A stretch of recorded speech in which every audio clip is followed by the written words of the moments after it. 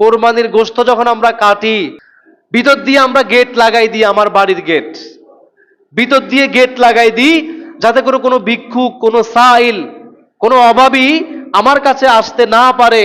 এজন্য আমি ভিতর দিয়ে গেট লাগাই দিই। যদিও আসে কোনোভাবে, তাদের সাথে দুর্ব্যবহার করি।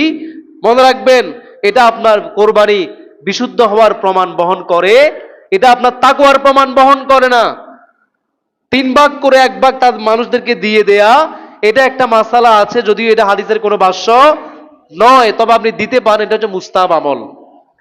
রাসূল বলেছেন তোমরা খেতে পারো, জমা করতে পারো, মানুষদেরকেও দিতে পারো।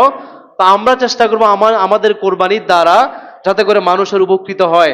অনেক সমাজে দেখা যায় নির্দিষ্ট একটা অংশ দিয়ে দিতে বলে সমাজপতিরা। এটা কোরবানি দাতা হয়তো খুশি মনে নাও দিতে পারে, ওরকম নির্দিষ্ট করে নেওয়া যাবে না। উনি ওনার সন্তুষ্টিতে যা দেয় এটা নিবেন। তো এরকম সমাজে যারা আছে অভাবী, অধীনস্থ, এদেরকে দেওয়ার চেষ্টা করবেন। ঈদগাহের দিনের আমল সুন্দর কিছু গায়ে দিয়ে যাওয়া, এটা রমজান ঈদের মতোই, তবে তাকবীর গুলা জোরে জোরে বলবেন। এরপরে কোরবানি ঈদের সুন্নাহ হচ্ছে কোনো কিছু না খেয়ে একবারে ওই পশু দিয়ে কোনো কিছু খাওয়া, এটা হচ্ছে সুন্নাহ।